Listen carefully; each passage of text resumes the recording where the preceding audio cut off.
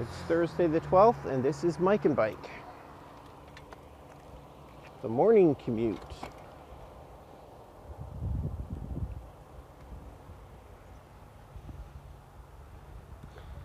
It may be the same route every day, but it's very refreshing when you're on your bike.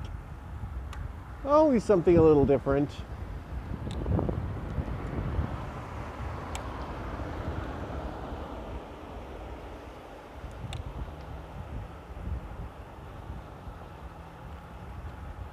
Different people,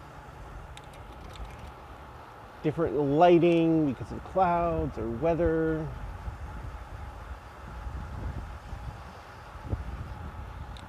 Sunrise has been pretty extraordinary in some occasions.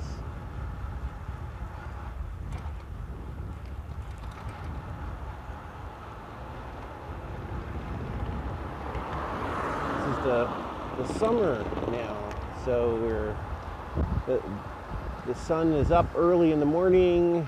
It's all bright. But in January, this will be quite different. It'll be dark. It'll be dark at this time. It'll be interesting to see what's going on with our Mike and Bike at that time.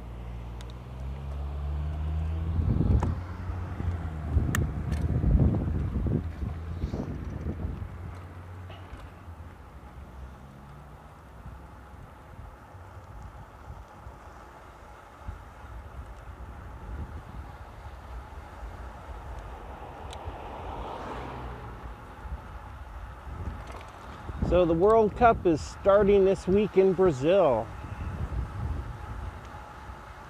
And there's all kinds of anticipation about well, the biggest news so far seems to be about whether it's even going to be whether it can be pulled off, the whole event. There's all these strikes in Brazil of transportation workers, even police threatening to go on strike. And then I was just reading an article this morning about how the pitch is in terrible shape at the stadium. It's a stadium in Manaus, which is in the Amazon.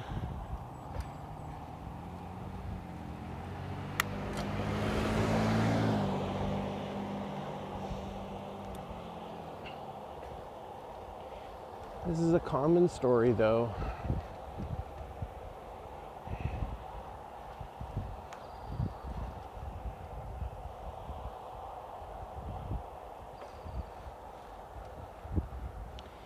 It almost seems to go like clockwork. Every major global event that comes up, there's all these scare stories that come out about how the venues aren't ready and things are in chaos.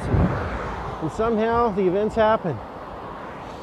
In the Sochi Olympics, there were all these stories leading up to the Olympics about how there had been corruption in construction, and that a lot of the hotels weren't finished, and yet the Olympic Games, the Winter Olympics went off okay. There was even a lot of concerns about South Africa when they held the World Cup last time. So somehow I suspect they will all of these athletes will still manage to play their football games and their matches in Brazil. Still somehow come up with a winner.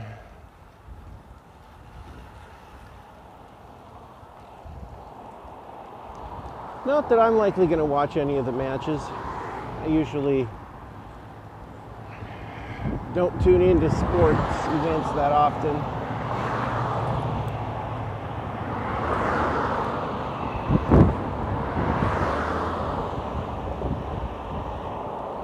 I watch a little of the Tour de France sometimes, but even that is only sporadic.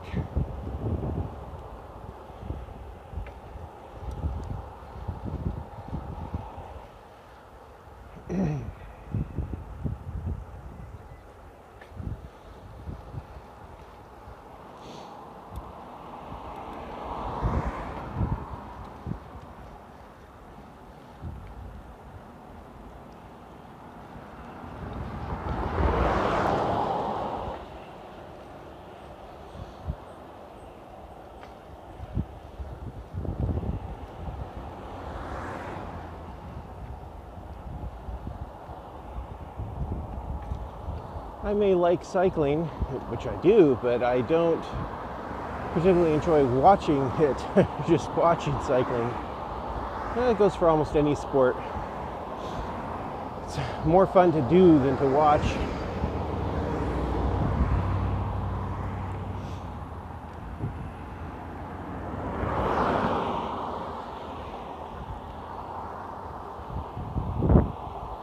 I remember a small startup I was at in California called N-Chip. We had a soccer team for the company, and I wanted to play on it. I think it was like 20, 21 at the time. 21 likely. And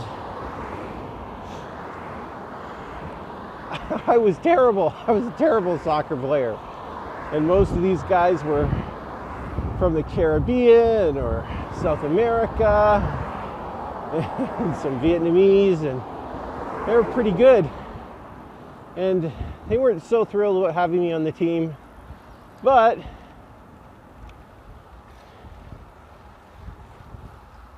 they desperately needed a team manager.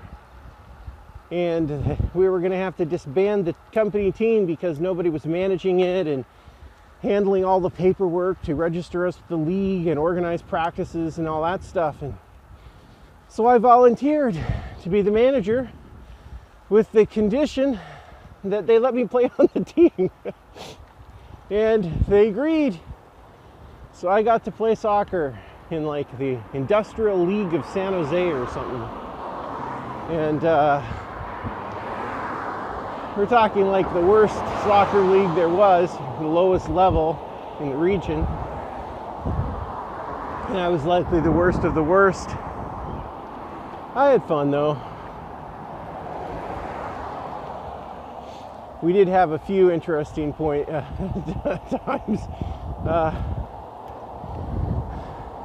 I remember there was one player who was really good from Colombia, but he was kind of a prima donna, and he didn't come to the practices much, and he once got in a big huff about having me on the team.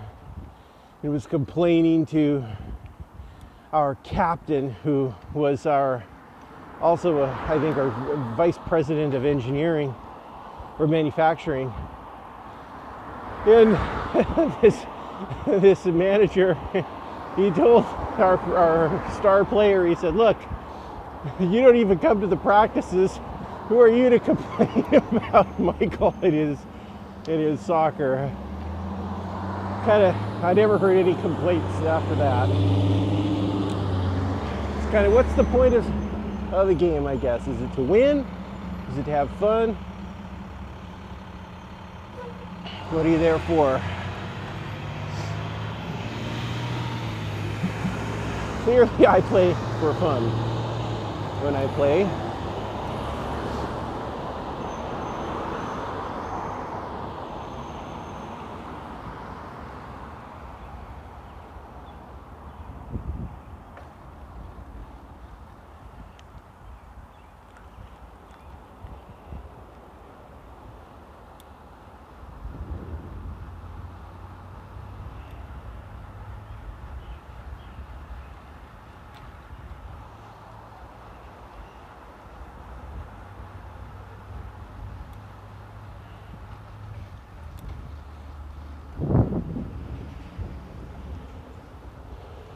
So my relative disinterest in professional sports has at least insulated me from having or being let down by heroes who in the sports.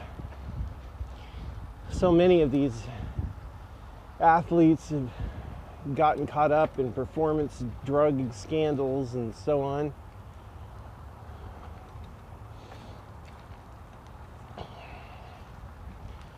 I just never really, like Lance Armstrong never really appealed to me.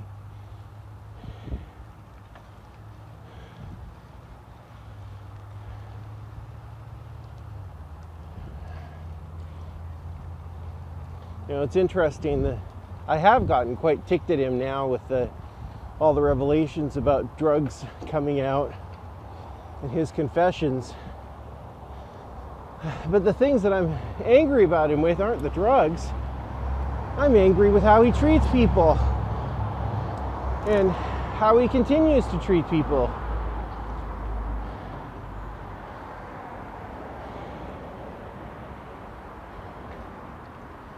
It didn't bother him at all if he crushed someone who'd been a friend of his, who was telling the truth. Even taking people to court.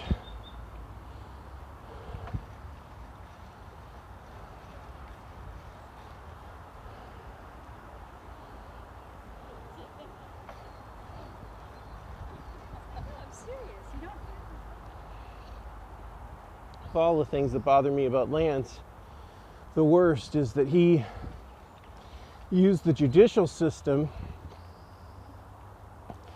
and his power and prestige to destroy others who were actually telling the truth.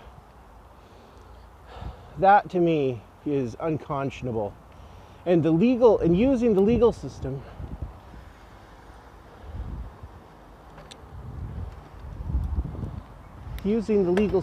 to pursue lawsuits and various actions against people for libel, when it wasn't even libel, I believe should be a criminal act.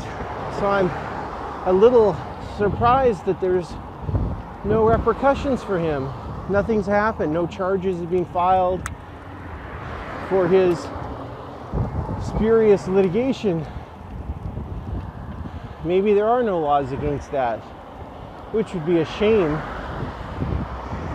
But that to me is what makes him a despicable person. It's not the performance-enhancing drug usage. That I can actually understand.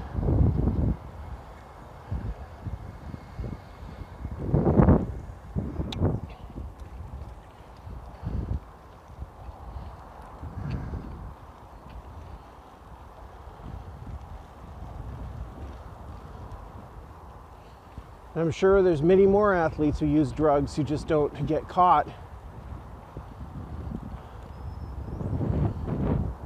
And at many of these top levels of sport, I really think it's likely impossible to be there unless you are using some drugs, getting an edge.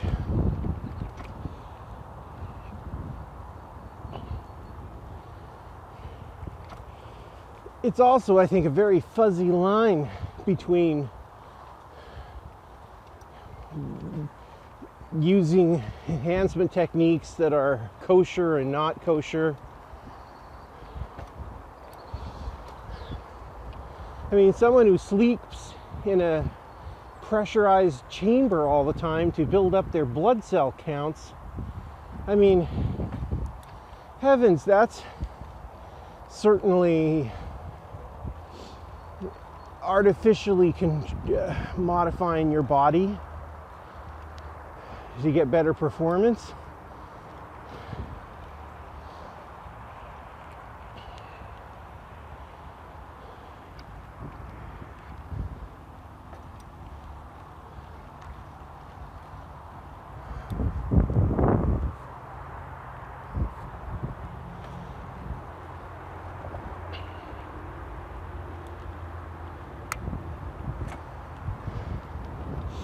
I also think that there's been a lot of inaccuracies stated around performance-enhancing substances as to how harmful they are.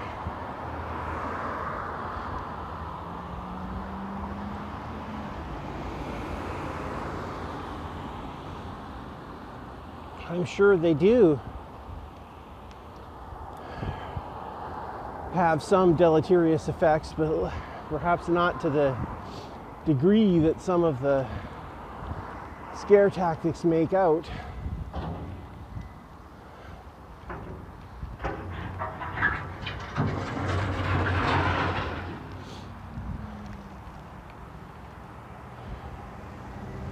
And it likely depends on whether you have a physician monitoring you and you're self-prescribing.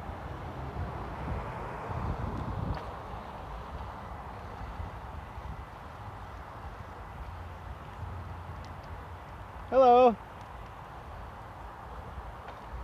And some substances are likely a lot safer than others. But we don't hear that kind of discussion. It's all that we hear is they're all bad. They'll all mess up your body and your brain, make you go crazy with roid rage or something.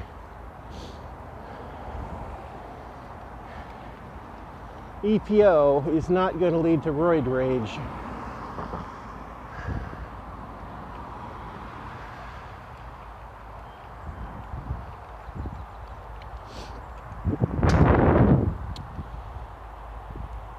That's an interesting point, is that some substances like EPO, I think, almost some of their problems can be that they allow you to exceed the limits of your body. And your heart kind of blows up or explodes, kind of a thing, because you have the capacity to keep going beyond which your body really shouldn't. And sometimes the natural pain or exhaustion that you feel is important, so that you stop and don't push your body too far. But if you remove those limitations so you don't feel exhausted, you can push yourself further to the point where you die. I've heard the same thing with some chemicals that help increase muscle mass. Your muscles can become so strong that they break your bones.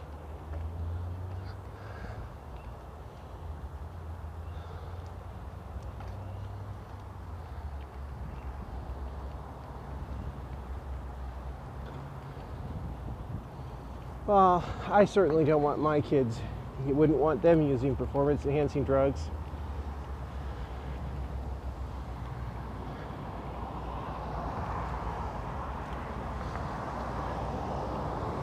I don't think they're great for your body, even if they might not be quite as bad as some of the fear-mongering. But I also think that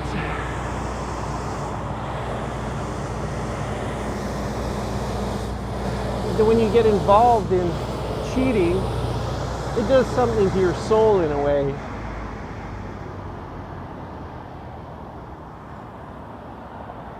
Just because everybody else is cheating doesn't mean it's a good idea. And are you really going to feel good with yourself if you win but through cheating?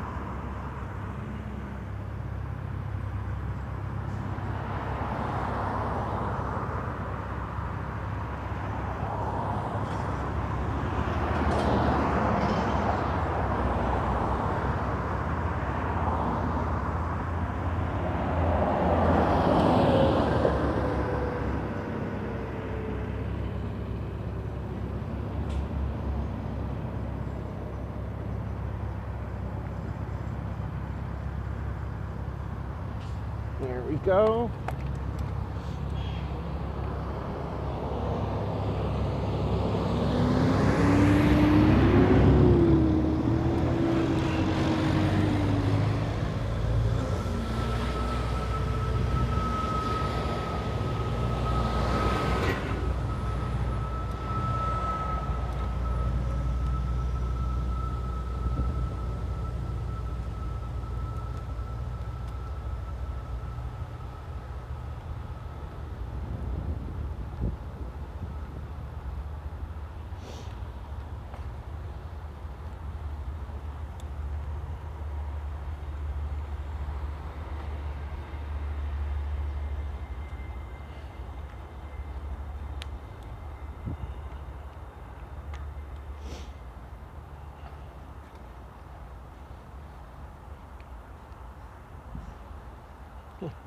Thinking back to my days playing soccer, I have pretty much played soccer the way I played rugby. Just kind of plowed into people. There were a lot of collisions.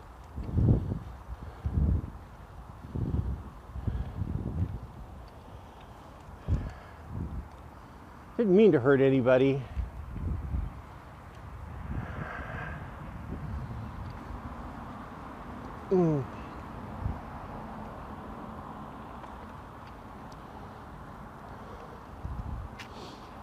Oh.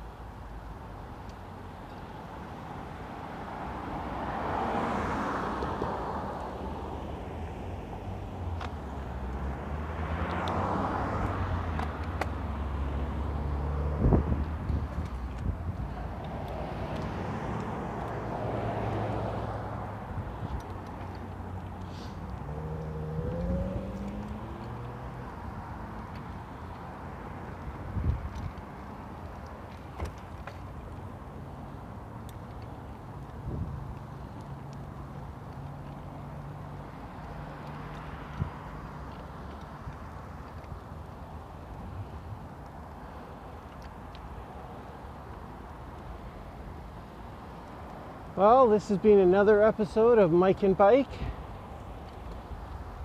And tune in next time.